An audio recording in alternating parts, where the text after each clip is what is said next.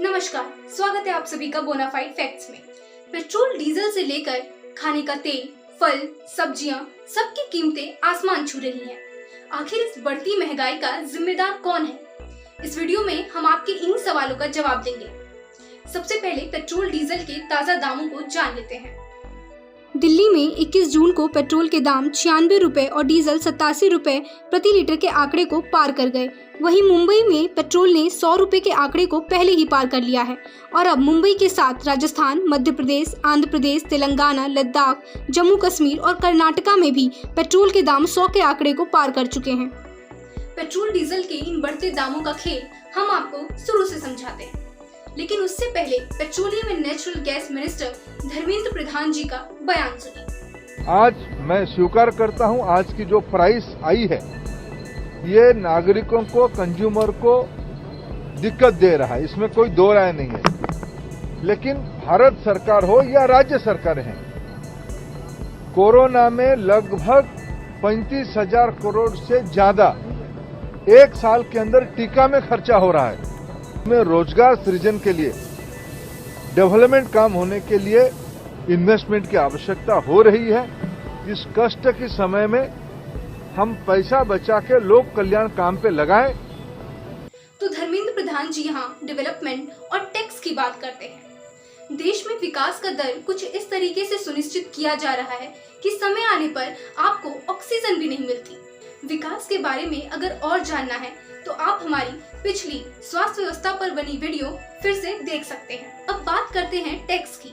सबसे पहले ये समझिए कि कच्चा तेल जिससे पेट्रोल और डीजल बनाए जाते हैं वो बाहर के देशों से भारत में लगभग 83% इम्पोर्ट किए जाते हैं।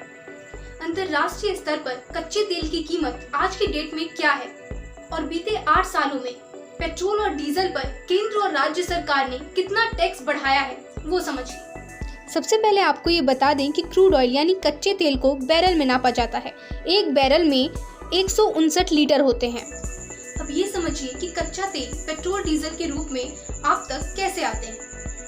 भारत कच्चा तेल बाहर से इंपोर्ट यानी दूसरे देशों से खरीदता है। इसके बाद कच्चा तेल रिफाइनरी में जाता है, जहां पर कच्चे तेल से पेट्रोल, डीजल और दूसरे पेट्रोलियम पदार्थ को निकाला जाता है। इसके बाद रिफाइनरी से ये तेल पेट्रोलियम कंपनियों के पास जाते हैं और आखिर में ये आपको पेट्रोल पंप पर मिलते हैं, जहां बीच में डीलर के कमीशंस भी ऐड किए जाते हैं। और वहीं इन सब के बाद राज्य और केंद्र सरकार इस पर अपना टैक्स लगाती है। राज्य सरकार पेट्रोल और डीजल पर वैट यानी कि वैल्यू एडेड टैक्स लगाती है, वहीं केंद्र सरकार इस पर एक्साइज ड्यूटी लगाती है। इस समय केंद्र सरकार ने पेट्रोल पर 32 रुपये 90 पैसे और डीजल पर 31 रुपये 80 पैसे प्रति लीटर एक्साइज ड्यूटी लगाई। लेकिन सवाल अब ये उठता है कि कच्चे तेल की कीमत अंतर्राष्ट्रीय बाजार में 2013 में जब $100 प्रति बैरल थी, तब देश में पेट्रोल की कीमत 63 और 76 रुपये प्रति लीटर के लगभग था। और आज जब 2021 में अंतर्राष्ट्रीय बाजार में कच्चे तेल की कीमत $69 पर बैरल है, तो भारत में पेट्रोल के दाम 100 के आंकड़े को भी पार कर चुके हैं। तो इसका जवाब है 2013 में जब कांग्रेस की सरकार थी, तब पेट्रोल पर एक्साइज ड्यूटी 9 रुपये और डीजल पर 3 रुपये प्रति लीटर लगाया जा रहा था।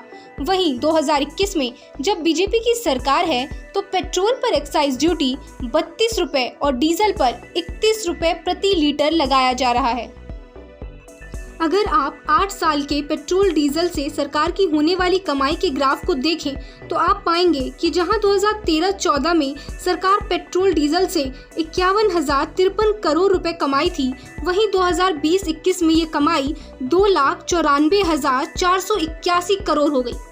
सिर्फ पेट्रोल डीजल ही नहीं, बल्कि एलपीजी गैस सिलेंडर के दामों में भी अगस्त 2020 से काफी बड़ा इजाफा देखने को मिला है। अगर दिल्ली की बात करें तो नॉन सब्सिडी गैस सिलेंडर जो अगस्त 2020 में 681 रुपए का था, वो जून 2021 में 809 रुपए का हो चुका है। सिर्फ यही नहीं, आज से 3 महीने पहले की ये खबर देखिए। हमने लाए हैं गैस कनेक्शन, 1 साल तक सब्सिडी आई है, उसके बाद में सब्सिडी नहीं आई, हम क्या करेंगे? अब बच्चों को कैसे कर पालेंगे? या सब्सिडी दे ही नहीं रहे हैं। इतनी महंगी गैस हो गई, चूल्हा ही तो जलाना ही पड़े। 1 साल तक के सब्सिडी आई है, इसके बाद में हमें कोई सब्सिडी नहीं मिल रही है।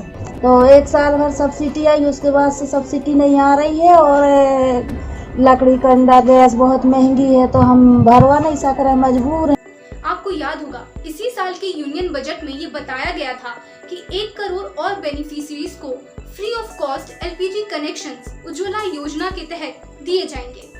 तो सवाल ये है कि क्या ये गैस सिलेंडर सिर्फ मुंह दिखाई के लिए दिए जाते हैं, जिनके एक बार खत्म हो जाने पर ये एक गरीब के घर में शो पीस का काम करते हैं। तो इन सब के बाद क्या आपको लगता है कि आपको कुछ फ्री दिया जा रहा है? हाँ, मगर फ्री में जनता को बेवकूफ बनाने का काम जोरों शोरों से चल रहा है। असल बात तो ये है कि हमारी अर्थव्यवस्था इतनी बुरी तरीके से चरमराई है जिसे सरकार विकास और फ्री जैसे शब्दों का इस्तेमाल करके छिपाने में लगी है। ये बढ़ती महंगाई तभी कम होगी जब राज्य और केंद्र अपने टैक्सेस कम करेंगे। यूपी के लोग इस मामले में अच्छी खबर सुन सकते हैं क्योंकि अगले साल चुनाव आने वाले हैं। बढ़ती महंगाई पर आम जनता की प्रतिक्रिया जानना बहुत जरूरी है। आप अपने विचार कमेंट सेक्शन में जरूर बताइएगा। मैं आपसे फिर मिलूंगी अगली वीडियो में।